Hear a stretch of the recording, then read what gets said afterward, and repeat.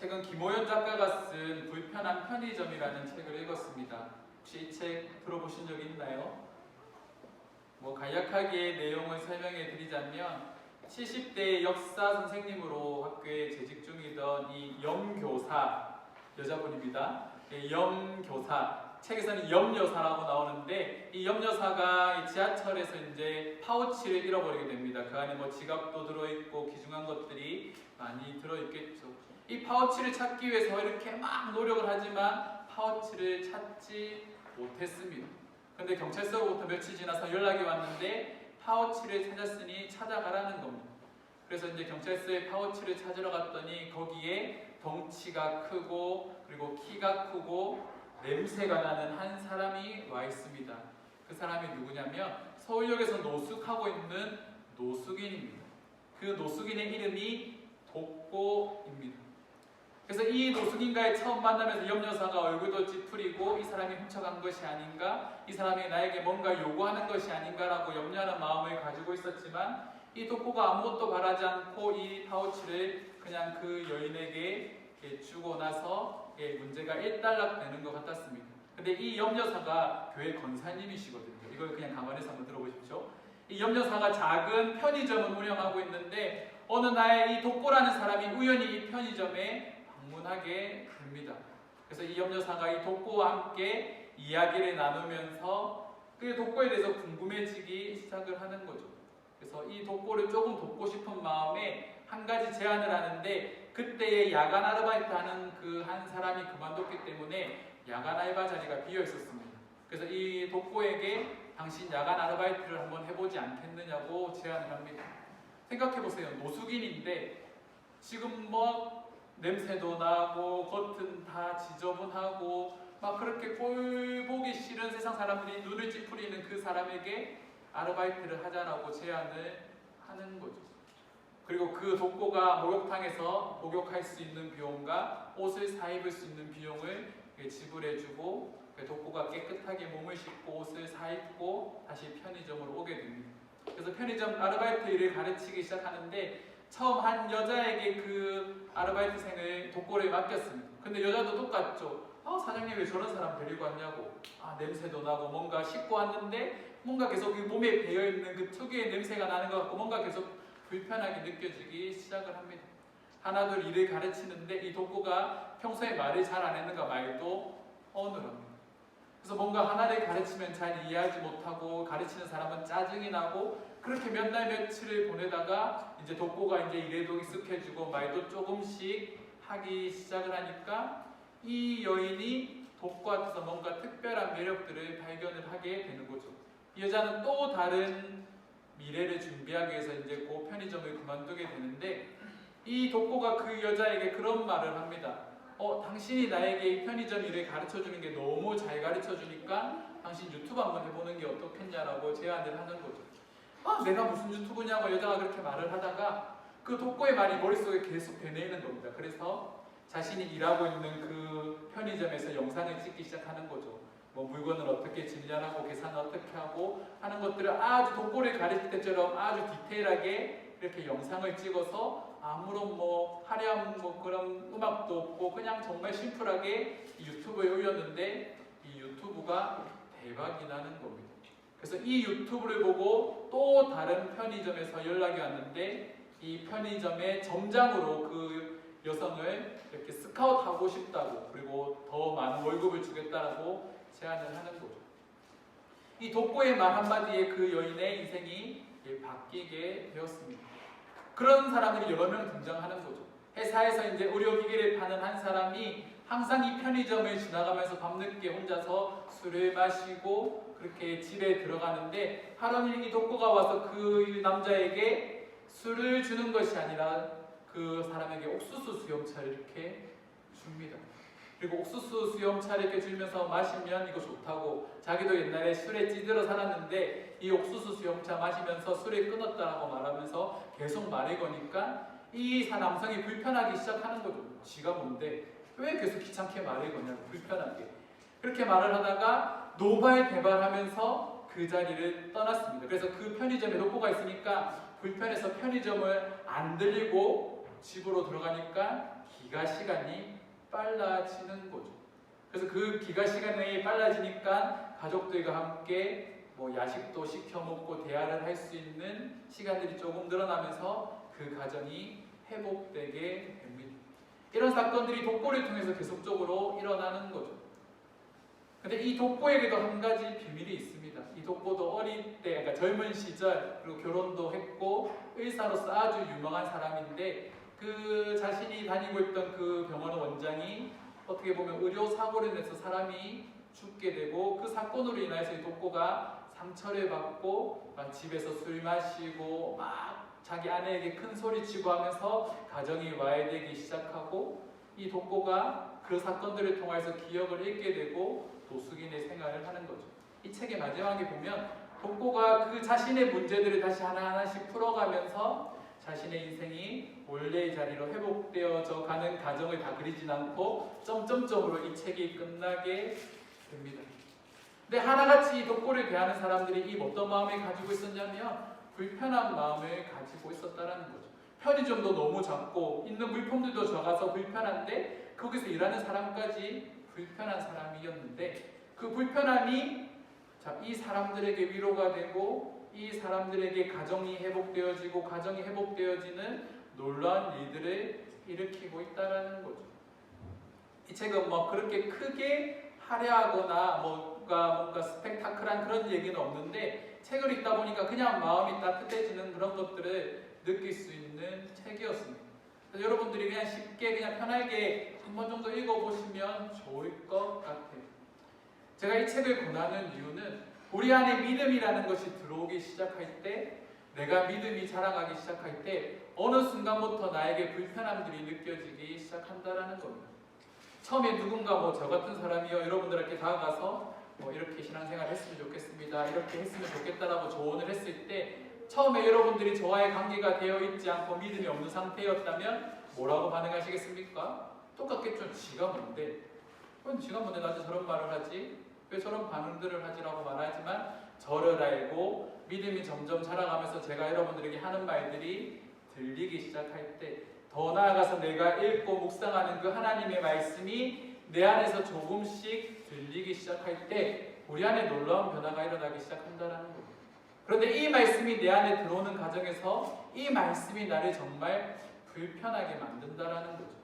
내가 지금까지 했던 모든 것들을 하지 말아야 되는 그런 것들이 나에게 성경이 요구할 때도 있고, 또 하나님께서 우리의 마음의 소리를 통하여서 내가 그냥 자연스럽게 하는 행동조차도 계속적으로 막으시는 것들을 경험하게 될 겁니다.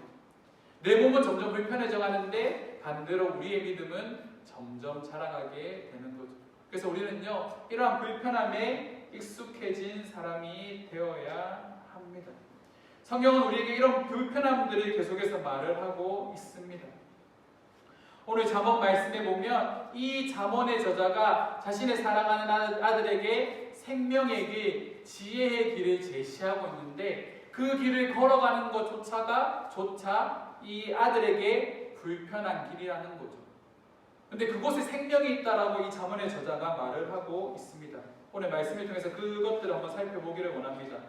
첫 번째로 이 잠언의 저자는요, 생명의 길을 제시하게 되는데, 우리 10절 말씀 함께 읽어보도록 하겠습니다. 함께 읽겠습니다. 내 아들아 들으라, 내 말을 받으라. 그리하면 내 생명의 해가 길리라.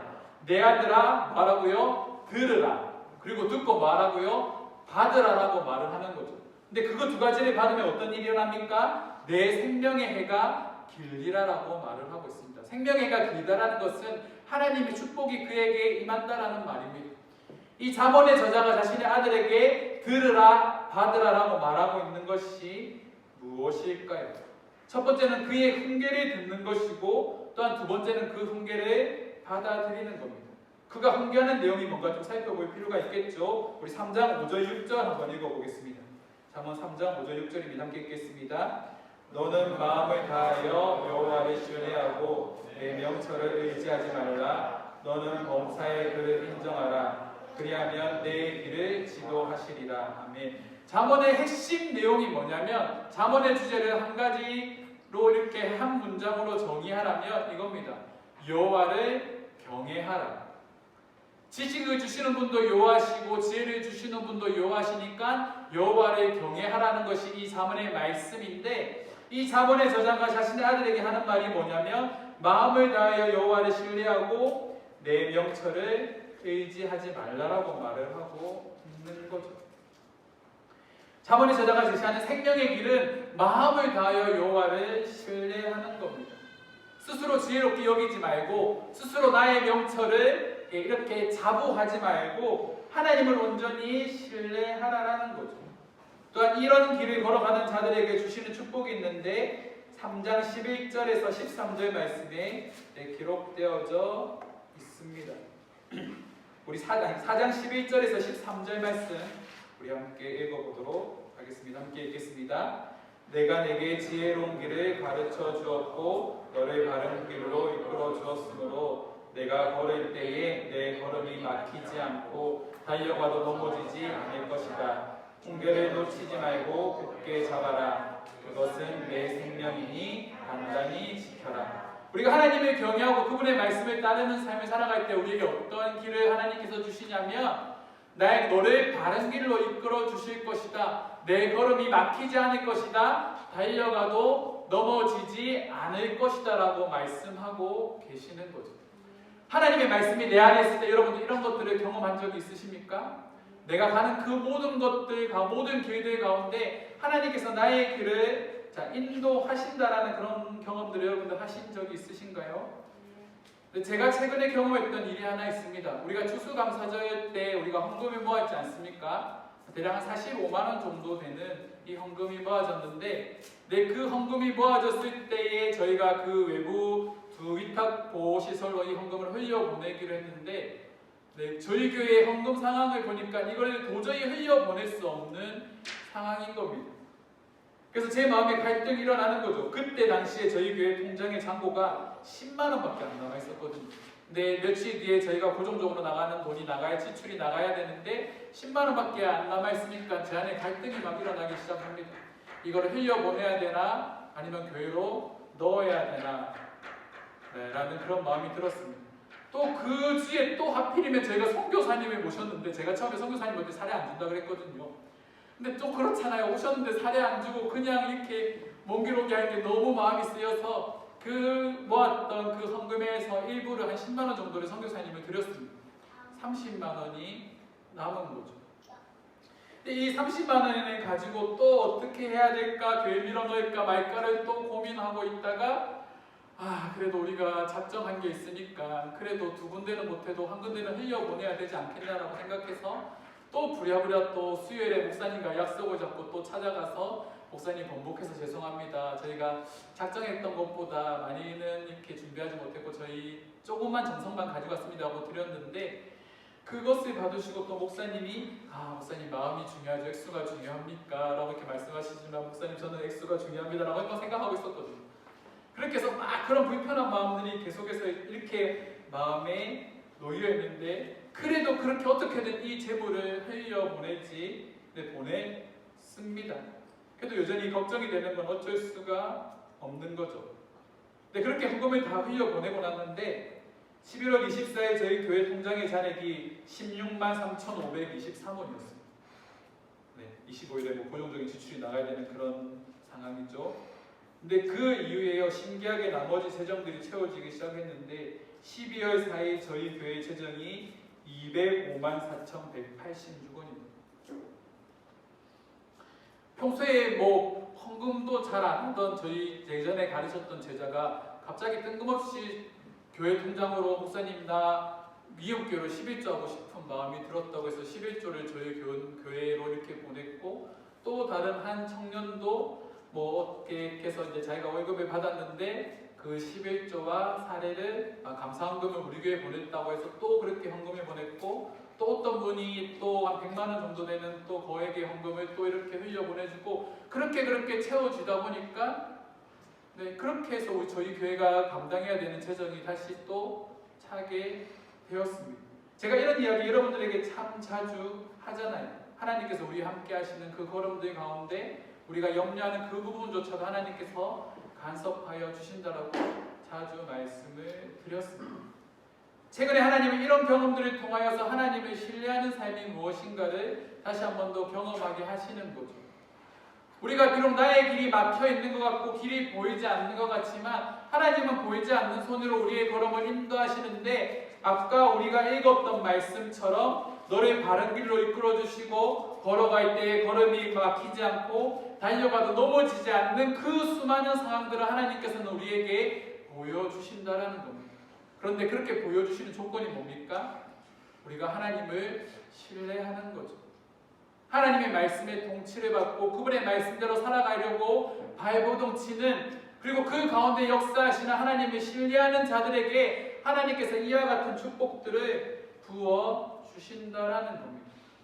제가 이런 얘기를 세상 사람들에게 하면 세상 사람들이 뭐라 말할까요? 우연이죠.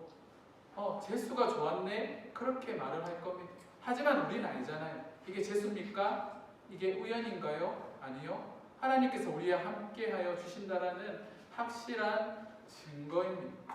우리는 그런 삶을 살아가는 거죠. 그래서 잠언 1장 7절 말씀에 보면 이런 말을 합니다.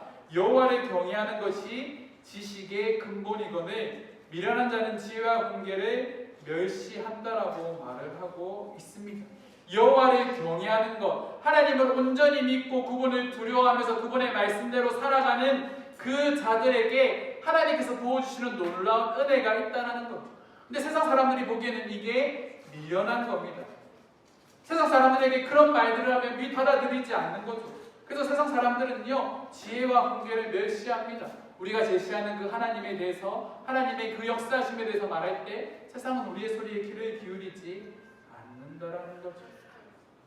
그래서 잠언은요, 이런 미련한 자, 하나님을 믿지 않는 자들에 대해서 다음과 같이 정의를 합니다. 4가지로 말을 하고 있는데, 어리석은 말에 내뱉는 자, 분쟁을 일으키는 자, 자신을 억제하지 못하고 분노를 바라는 자, 성적인 범죄에 쉽게 말려드는 자. 이것이 잠언에서 말하고 있는 미련한 자의 특징이라는 거죠. 그런데 이 모든 것들이요, 세상 사람들이 살아가는 삶의 방식에 잘 녹아져 있는 그런 것들이라는 겁니다. 우리 안에 어리석은 말과 분쟁과 쉽게 분을 바라고 성적인 범죄를 행하는 것, 이것들을 막는 게 뭡니까? 나의 이성이요? 나의 능력이요? 아니요, 이건 절대로 나의 능력으로 막을 수 없습니다. 한 가지 예를 들어, 여러분들 유튜브 많이 보시잖아요. 자, 내가 작정을 하고 나 유튜브 안 볼 거야, 인터넷 안 볼 거야, SNS 안 할 거야 라고 분명히 5분 전에 작정을 했는데 5분 뒤에 여러분들 뭐 하고 있습니까? 유튜브 보고 있죠? 핸드폰 잡고 있을 거고, 그냥 내가 하던 습관대로 이렇게 하고 있을 겁니다. 하지만 하나님의 말씀이 내 안에 들어오기 시작하면요, 그 모든 것들이 불편해지기 시작을 하는 거죠. 제가 요즘에 약간 그런 상태거든요. 말씀과는 상관이 없지만 제가 하루라도 헬스를 안 가면요, 뭔가 모르게 마음이 불편합니다. 뭔가 모르게 죄짓는 것 같고, 밥을 먹어도 이거 먹으면 안 되는데 이렇게 말을 하면서 어제 또 정신줄 한번 났거든요. 미친 듯이 먹었는데 어제 교회에 와서 제일 먼저 했던 생각이 뭐냐면, 그때 11시 설교 준비 다 마무리하고 11시였는데 내가 11시에 헬스장에 가서 이 먹은 거를 다 없애고 와야 되나, 그런 생각, 그런 불편함들이 내 안에 있다는 거예요. 성경도 마찬가지인 거죠. 내가 하지 말아야 되는 것들을 하면 성경이 끊임없이 나에게 그런 불편함들을 안겨주는데, 그때가 바로 나의 믿음이 자라가는 때라는 겁니다. 그것들에 순응하고 그것들을 하지 않을 때에 나의 믿음이 자라가게 되는 거죠. 잠언 4장 14절의 말씀은요, 이와 같은 악한 자들의 길에 들어가지 말라라고 말하고 있습니다. 악인의 길로 다니지 말라라고 말을 하고 있습니다. 그 길이 우리를 사망으로 인도하기 때문이죠. 그래서 4장 15절 말씀에서 다음과 같이 강하게 공부합니다. 우리 15절 말씀, 14절 15절 말씀 함께 읽겠습니다. 사악한 자의 길에 들어가지 말며 악인의 길로 다니지 말지어다. 그의 길을 피하고 지나가지 말며 돌이켜 지나갈지어다. 뭐를 말하는가요? 사악한 자들의 길에 들어가지 말라, 그리고 악인의 길로 다니지 말라라고 말을 합니다. 그러면 잠언이 말하고 있는 또 이 사악한 길과 악한 길이 뭘까요? 자, 이것들은 3장 27절 말씀 이후에 기록이 되어져 있습니다. 제가 한번 말씀드리면, 남에게 도움을 베풀 수 있는 능력이 있지만 베풀지 않는 것, 도움을 요청하는 이들을 외면하는 것, 다른 사람의 평안을 시기하는 것, 괜히 시비를 걸어 다투는 것, 잘못된 방법으로 부를 축적하는 사람들을 따라가는 것, 이것들이 사악한 길이고 악인의 길이라고 말을 하고 있는 거죠. 이것도 당연히 세상이 자연스럽게 당연한 것으로 받아들여지는 것들입니다. 우리가 이런 것들로부터 돌아서기 위해서는 우리가 하나님의 말씀이 내 안에 민감하게 들리기 시작해야 하는 겁니다.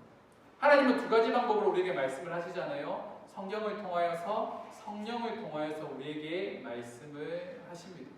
우리가 이런 길로 접어들려고 할 때마다 하나님은 성경의 말씀을 통하여서 나를 막으시고 성령의 그 인도하심에 따라서 우리가 그 길을 걸어가지 않도록 끊임없이 우리를 막으시고 정죄하시고 우리에게 불편한 마음들을 안겨주신다라는 겁니다.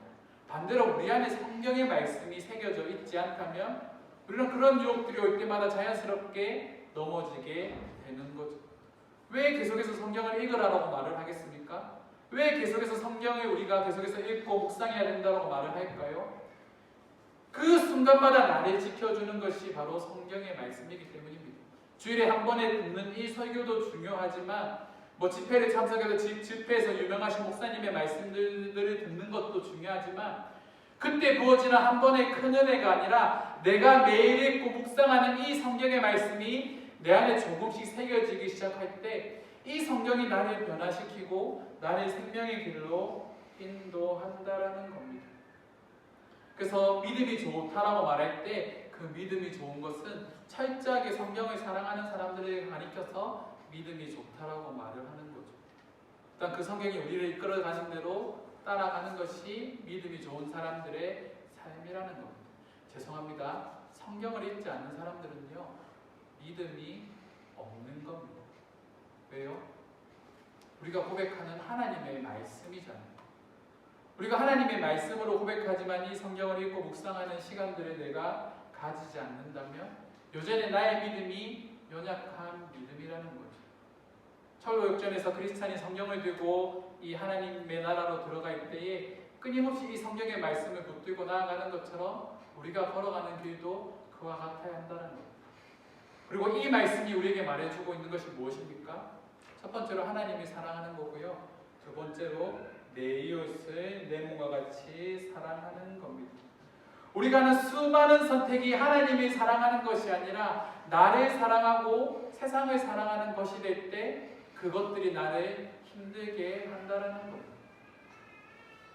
하나님이 바라보지 못하도록 하는 그 세상의 것을 쫓아 살아가는 나의 삶에 주어지는 것이 뭡니까? 절망이고 불편함이고 또한 상처라는 겁니다. 여러분, 내가 선택하는 그 수많은 선택 중에 나에게 득이 되는 것이 많을까요? 실이 되는 것이 많을까요?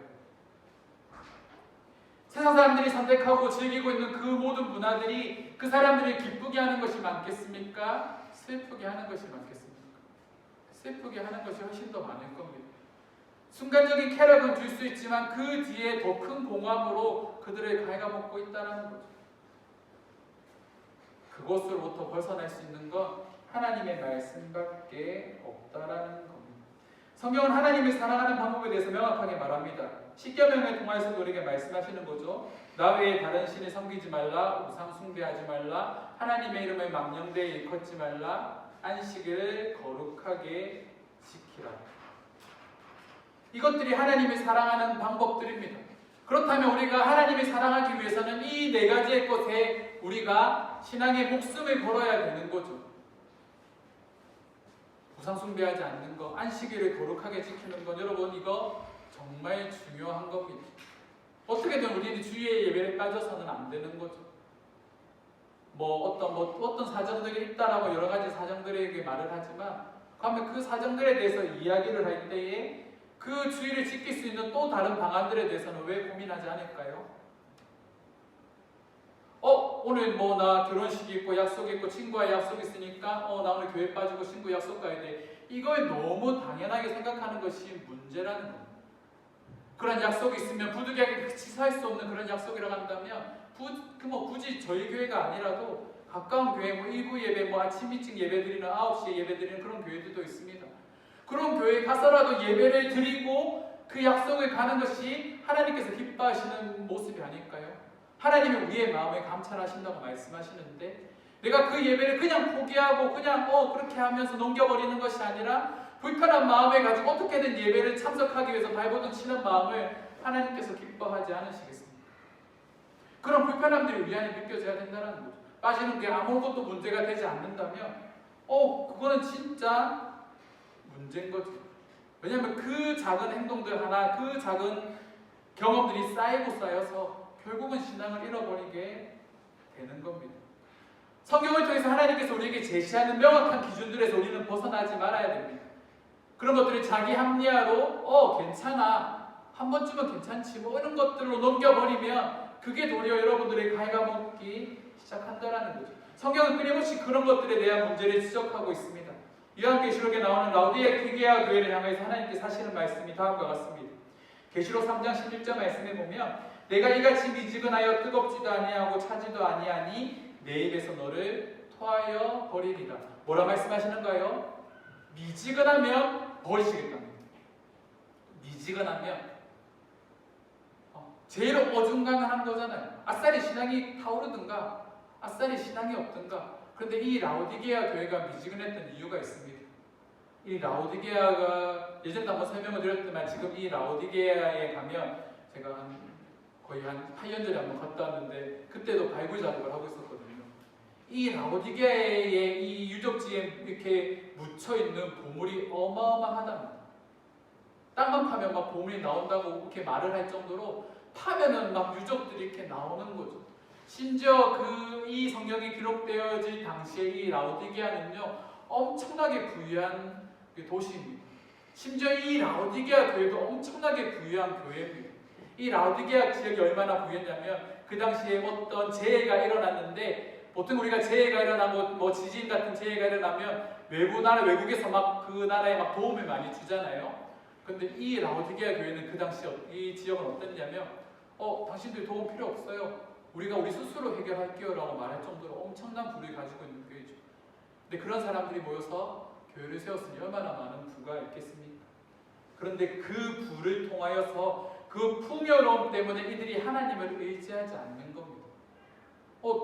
내가 가지고 있는 이 물질로 다 해결하면 되지. 풍요로우니까 이런 문제를 다 돈으로 해결하면 되지. 이런 생각들을 가지고 있으니까 이들의 신앙이 점점 미지근해지기 시작을 하는 거죠. 근데 이 라오디게아 교회를 향하여서 하나님께서 한 가지 마지막 기회를 주시는데 그게 3장 20절 말씀입니다. 요한계시록 우리 함께 읽어보겠습니다.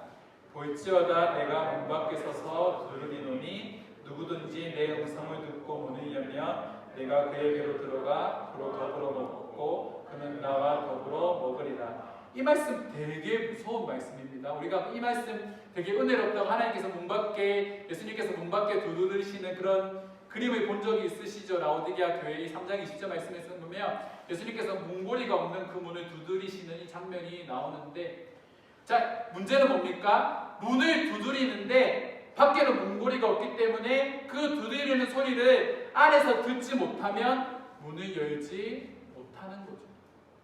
예수님께서 마지막 기회를 주시는 겁니다. 예수님 계속해서 문을 두드리고 있는데 이 문을 미지근한 마음을 가지고 있던 내가 그 문을 열고 예수님을 영접해야 되는데 내가 그 예수님을 영접하지 못하면은 예수님은 그 문으로부터 떠나신다는 겁니다.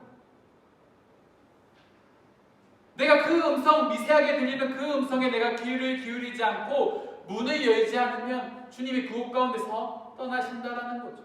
마찬가지입니다. 하나님의 끊임없이 미세한 음성으로 성령을 통하여서 우리에게 말씀하여 주시는데 우리가 그 음성에 반응하고 그분에게 우리의 마음의 문을 열지 않고 지금 내 모습 그대로 내가 세상에서 살아가는 방법대로 그대로 살아간다면 결국은 하나님이 나에게서 떠나가신다라는 거죠. 그때가 정말 무서운 겁니다. 왜냐하면 그때부터 하나님의 벌이 우리에게 내려지기 때문입니다.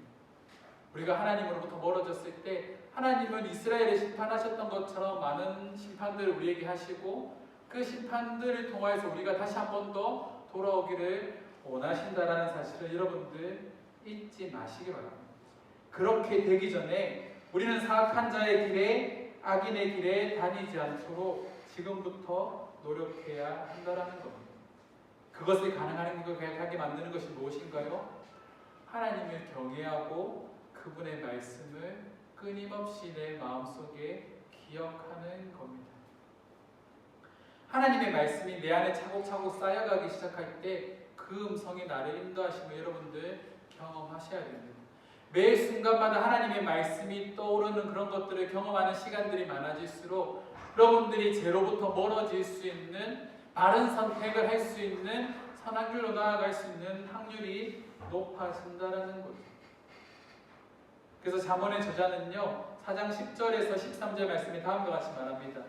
내가 지혜로운 길을 내게 가르쳤으며 정직한 길로 너를 인도하였은즉 다닐 때에 내 걸음이 공고하지 아니하겠고 달려갈 때에 실족하지 아니하리니. 이 말씀이 중요하죠. 훈계를 굳게 잡아 놓치지 말고 지키라라고 말을 하고 있습니다. 아는 것이, 듣는 것이 중요한 것이 아니라 그것을 지켜낼 수 있는 능력이 중요하다라고 말을 하는 거죠. 그 안에 생명이 있다라고 말을 합니다. 우리 안에 하나님의 말씀을 지켜낼 수 있는 능력이 중요합니다. 그러기 위해서는 말씀을 통하여서 하나님께서 주시는 선한 길, 달려가도 피곤치 않고 넘어지지 않는 그런 경험들이 우리 안에 많아져야 한다는 겁니다. 저는 여러분들의 삶 속에서 그런 경험들이 많아지기를 원합니다. 타인을 통해서 그런 이야기를 듣는 것이 아니라 나의 경험 속에서 그렇게 역사하시는 하나님의 은혜들이 많아지면 많아질수록 여러분들의 믿음이 더욱더 견고해진다는 사실을 여러분들 기억하십시오. 하나님의 은혜가 여러분들 가운데 충만하게 거할 줄 믿습니다. 말씀을 정리하겠습니다. 하나님을 신뢰하는 삶, 하나님을 경외하고 그분을 쫓아가기 위해서 여러분들의 마음속에 강한 결단이 필요합니다. 여러분, 그것을 위해서 어떤 결단을 하시겠습니까? 저희가 내년부터 매일 성경이라는 큐티책을 가지고 성경 큐티를 시작할 겁니다. 그리고 설교도 당분간은 그 매일 성경의 그 순서에 따라서 설교를 하려고 합니다. 불편할 겁니다. 시간 쪼개기도 불편하고 말씀을 읽는 그 시간에 말씀에 집중하는 것도 불편하고 그 자리에 앉아 있는 것도 불편하고 모든 게 불편할 겁니다. 하지만 이 불편함이 익숙함이 될 때 여러분들의 믿음이 엄청나게 성장할 것을 저는 확신합니다. 그 시간까지 우리가 함께 믿음으로 잘 달려갔으면 좋겠습니다. 이 시간 우리 함께 기도하며 나아가실 때 이런 기도를 했으면 좋겠습니다. 하나님, 불편함이 나에게 익숙한 삶이 되게 하여 주시옵소서. 특별히 하나님의 말씀으로 나를 불편하게 만드는 그 모든 상황들이 나에게 익숙하게 하여 주시고 그 삶들 가운데 나를 선한 길로 달려가도 피곤치 않고 넘어지지 않는 그 길로 인도하시는 하나님을 경험하게 해달라고 우리 함께 기도하며 나아가도록 하겠습니다. 기도하시겠습니다.